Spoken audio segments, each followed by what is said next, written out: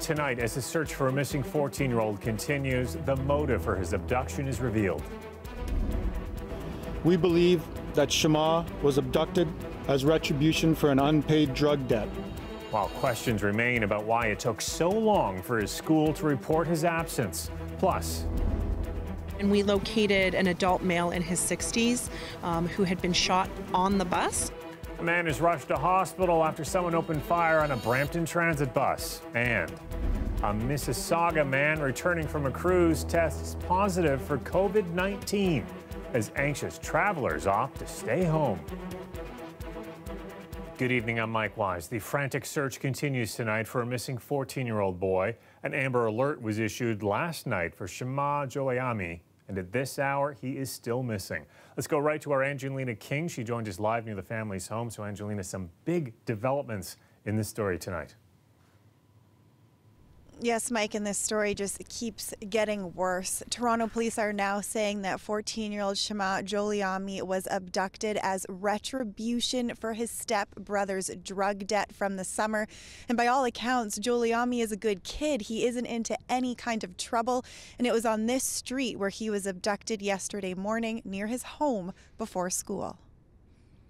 An innocent teen boy abducted off the street near his own home, wrapped up in the middle of a world that isn't his. Investigators believe that Shema's brother, Olalekan Osakoya, owes a large debt in relation to a multi-kilo cocaine rip and has since fled the GTA.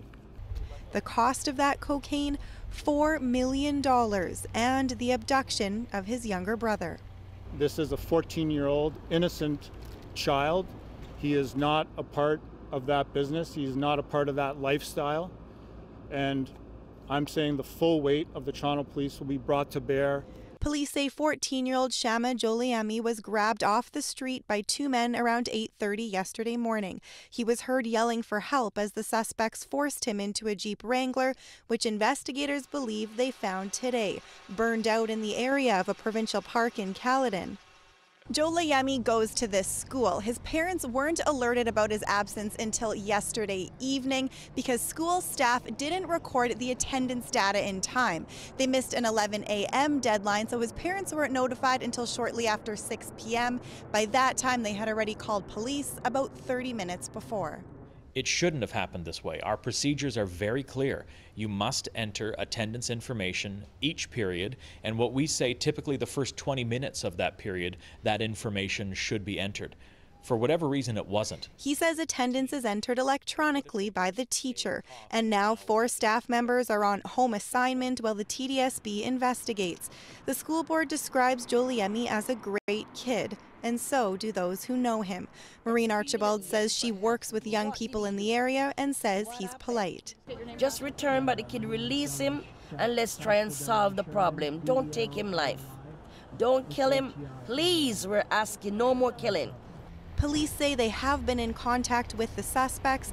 They haven't got word on his condition, but when asked if they think he's alive, I believe that he is, yes. I believe that he is. So some good news there tonight from police. Now, we also know that Jolayami's stepbrother is also facing attempted fraud charges from an incident last spring in Pickering. Police say that he is cooperating with this investigation, that he hasn't lived in the GTA for some time, but when he did, he was not living with Jolayami. Now, police have also been in contact with the suspects and have a message for them tonight. Return the teen somewhere safely, get yourselves a lawyer, and then turn yourselves in. Mike? Okay, yeah, Angelina King reporting on this story live for us tonight. Thank you. A shooting tonight on a Brampton transit bus. Paramedics rushing a man in his 50s to hospital with serious injuries. To have a shooting on a bus is concerning. So I think at this point, I mean, it's not something that you hear of regularly, especially here in Peel Region. It happened just before 6:30 as the bus was in the Dixie Road and Howden Boulevard area. Police say there were others on the bus when the shooter opened fire, but no one else was injured. The man who was hit is expected to survive the shooting. Police say the suspect fled the scene. They're asking anyone with information to give them a call. And there are now 23 cases of COVID-19 in Ontario. The latest, the first case in Peel region. It was confirmed in just the past few hours. It's a man in his 60s from Mississauga who just returned from a cruise. Now that boat, the Grand Princess, is currently off the coast of San Francisco, not allowed to dock. The Mississauga man was on board a week before, from February 11th to the 21st. He returned to Canada on February 28th. Now, right now, there are 235 Canadians on board the ship.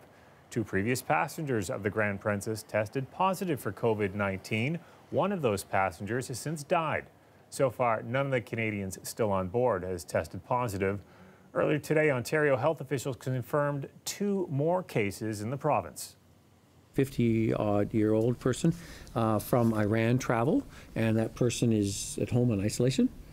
And then we have another one, which was a new one for us, and you heard the press release this morning from Waterloo, with a traveler from northern Italy. Okay, well, officials also saying a patient diagnosed earlier with COVID-19 has now recovered. More than 1,500 people have been tested in Ontario for the virus so far. 78 people are currently under investigation. Well, 2 major Canadian travel insurance providers, Manulife and TwoGo, will no longer cover new customers who want to cancel their trips due to the coronavirus outbreak. The announcement comes as we are starting to see an effect from travelers bailing on plans due to the virus. Chris Glover picks up that part of the story.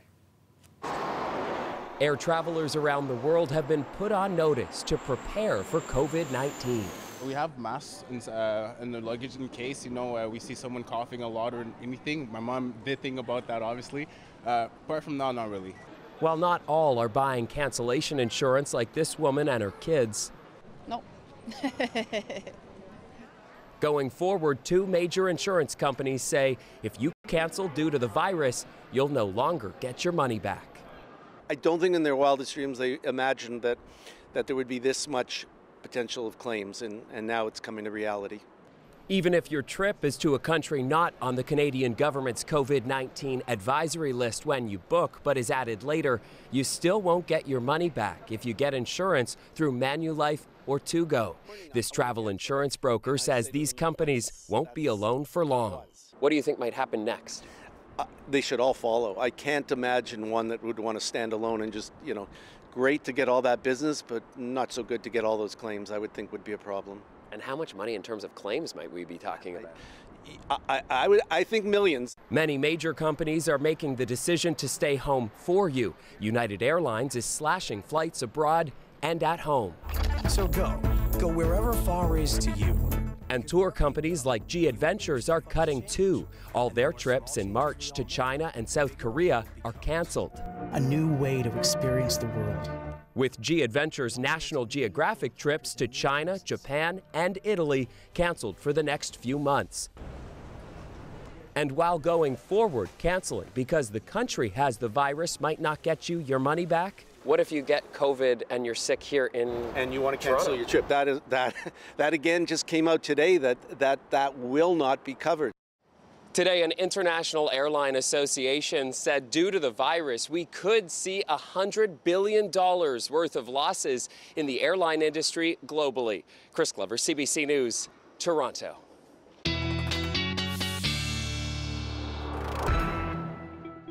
Colette Kennedy's here with a first look at the forecast. We've got some messy weather on tap for tomorrow. Yeah, that's what we're looking at. Basically, the temperature very close to freezing, maybe a tiny bit above, and so it means with some precipitation moving in, it's going to come like some wet flurries and then changing over to a little bit of a mix or into some light rain by tomorrow afternoon. Already having an impact here in southwestern Ontario, mostly a showers through the Windsor area, but you can see a bit of a mix and some snow towards Sarnia. That's going to rotate through, and as we go towards the overnight hours, we may start to see some light flurries actually through the overnight, but then into tomorrow morning. I know it's a bit spotty in nature, but there's going to be many areas where we'll have some wet roadways, and through the day kind of off and on. Again, it'll turn to a bit of a mix, then probably as the temperature cools tomorrow, it starts to turn back into some wet flurries, picking up a couple of centimeters. I'll go into a little more detail on the accumulations coming up, but just know we're into the afternoon commute here. It stopped at 4, and then as we go into the evening and right into Saturday, clearing up means sunshine for Saturday. Second half of the weekend, the temperatures are going to begin to soar. We'll also have that coming up for you. But there you go. Tomorrow, we're looking at 2 degrees, and overnight tonight, a low right around freezing, Mike. Okay, thanks, Colette. You're welcome. The weather update is brought to you by Train, the most reliable heating and cooling brand. It's hard to stop a train. And we have some breaking news for you right now, and this is good news. Toronto police have just tweeted that they have located Shama Joliami. He is safe and is being taken for a medical checkup. They add that a news conference will be held tomorrow morning at Toronto Police Headquarters, providing more information. Again, to repeat, they have found Shama Joliami safe, and he is getting medical attention. We'll have more on that tomorrow, of course. Well, despite recent concessions from the government this week, three of the province's teachers' unions went ahead with strikes today. Members joining in a mass protest at Queen's Park. We'd all rather be at work. I hope we do come to an agreement. I think that the government's been trying to make it sound like it's about money for us, and that's not what it's about. It's about quality education, public education for students. Well, I'm out here because we want to reduce class sizes. For adult education, we have no caps on class sizes, so we have 40, 50 students per class. So we see how much damage is done when you increase class sizes. Now, for the unions representing Catholic teachers and the union representing French language school boards, this was a province-wide strike day. Queen's Park, they were joined by members of the Ontario Secondary School Teachers Federation, who shut down Toronto high schools today. Earlier this week, the government offered to increase average class sizes from 22 last year to 23 next year instead of the original target of 28. It also said it would allow an opt-out for e-learning courses. Today in the legislature, Premier Ford said the lack of progress in contract talks with teachers, even after the government's concession, shows the dispute is all about compensation. We lowered the classroom sizes to 23. I don't know what more they want. I know what more they want, and the public knows, because overwhelmingly now you've seen the shift. The message to the unions is the party's over with the taxpayers' money. Pack your bags and get back into the classroom. The government is offering teachers a 1% pay increase. The teachers are asking for closer to 2%. And an update to a story we brought you last night. It looks like rape crisis centers in Ontario will be getting a funding boost after all. It comes a day after news that a $1 million one-time boost would not be renewed. That sparked concerns that wait times could spike, but today the province announced they'd commit to an additional $2 million in annual funding. That's in addition to the $14.8 million the centers receive each year. And coming up, we'll speak to the sister of a woman murdered 2 years ago, her boyfriend charged in her death. It is part of a countrywide CBC News investigation digging into domestic violence in this country. We'll have that after the break.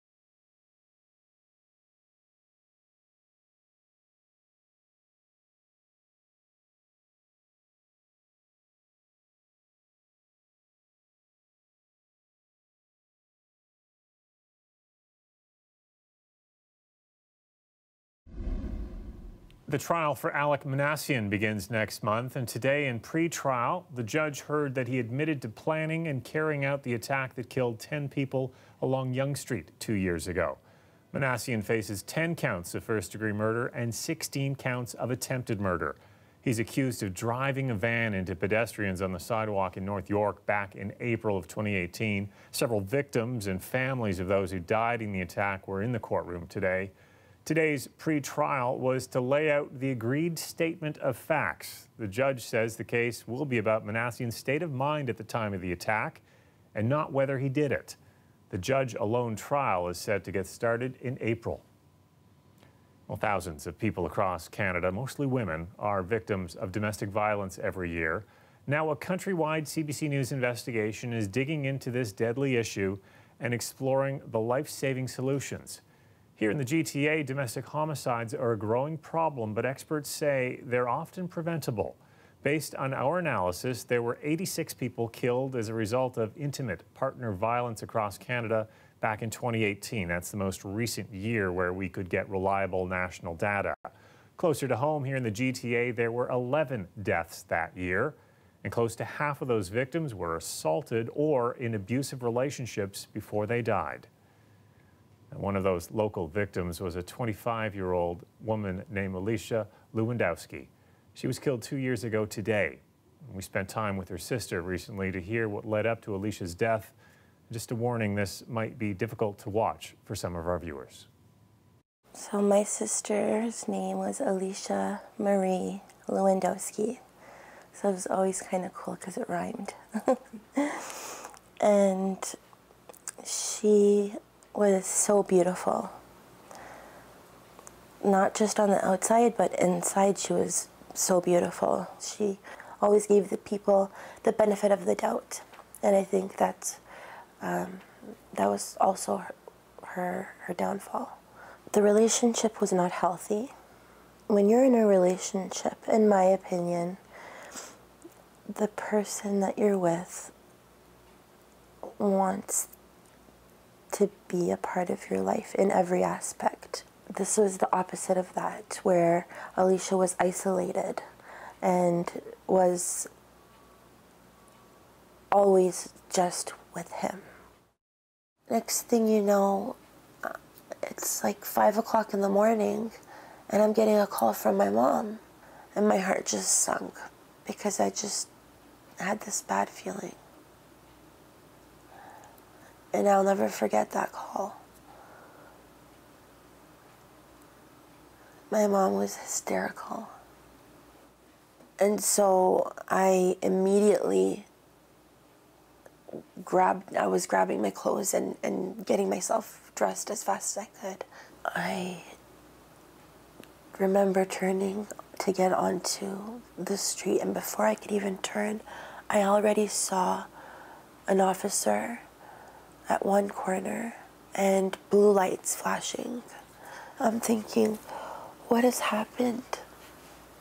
So the officer lifted up the yellow tape and let me drive in. And I got out of the car and I just said to him, and I looked at him and I said to him, is she okay? Just please tell me, is she okay? Like, what's going on? And he took my hand and he said, I'm so sorry to tell you, but she's gone. There are still more to explore in this series. Tomorrow we're going to be doing a deeper dive into how domestic violence affects immigrants here in the GTA, since experts say newcomers to Canada are often most at risk. Now, if you are in a bad situation, here are ways you can get help. You can call the Assaulted Women's Helpline or text #7233 on any Rogers, Fido, Bell, and Telus phone. Remember, if you are in immediate danger, call 911.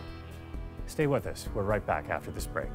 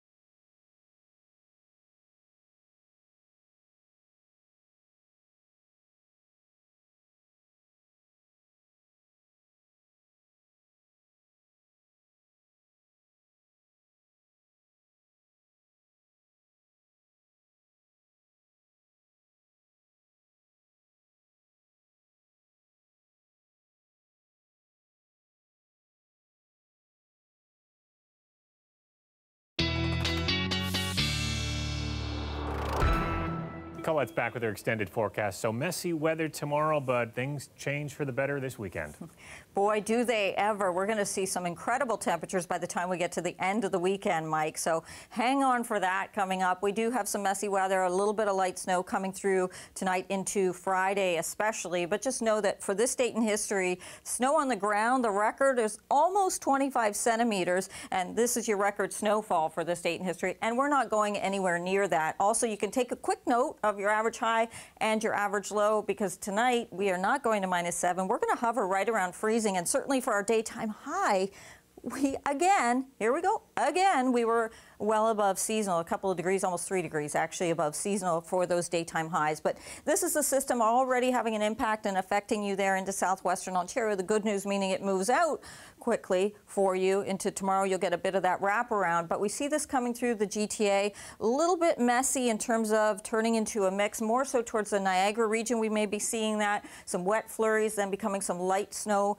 into the morning hours, and at times it's going to let up and then kind of rotate back in, so it'll be a bit patchy in nature, a mix into the afternoon with some showers, and then as the temperature falls later in the day, we get into a little bit of flurry activity on the back end. So kind of a bit of everything. The important thing to note is that it is going to be moving out by the time we get into the evening Friday, overnight Friday, some cooler temperatures because of the clear skies, and then we see sunshine into Saturday, and it's by Sunday that the temperatures begin to rise as well as we get into a southerly flow.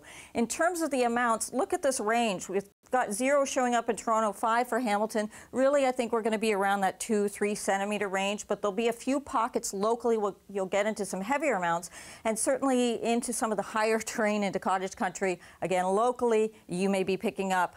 I think 15 is being a little bit excessive there, but maybe closer to 9 or 10 centimeters. Southwestern Ontario, a bit of that mix with the temperature just hovering right above freezing, and then highs 3 to 4 degrees for tomorrow, and could be still a little bit of flurry activity in the morning and some showers in the afternoon. Light in nature, but the winds will be stronger.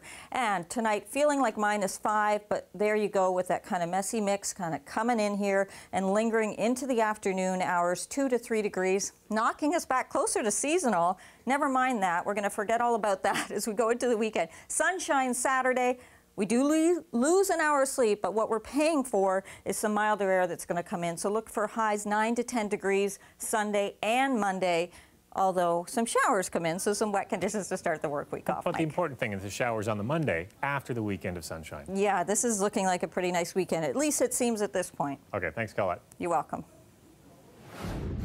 Fred Arsenault is a vet who had one simple wish: 100 cards for his 100th birthday. And oh boy, did Canada ever deliver. That story coming up.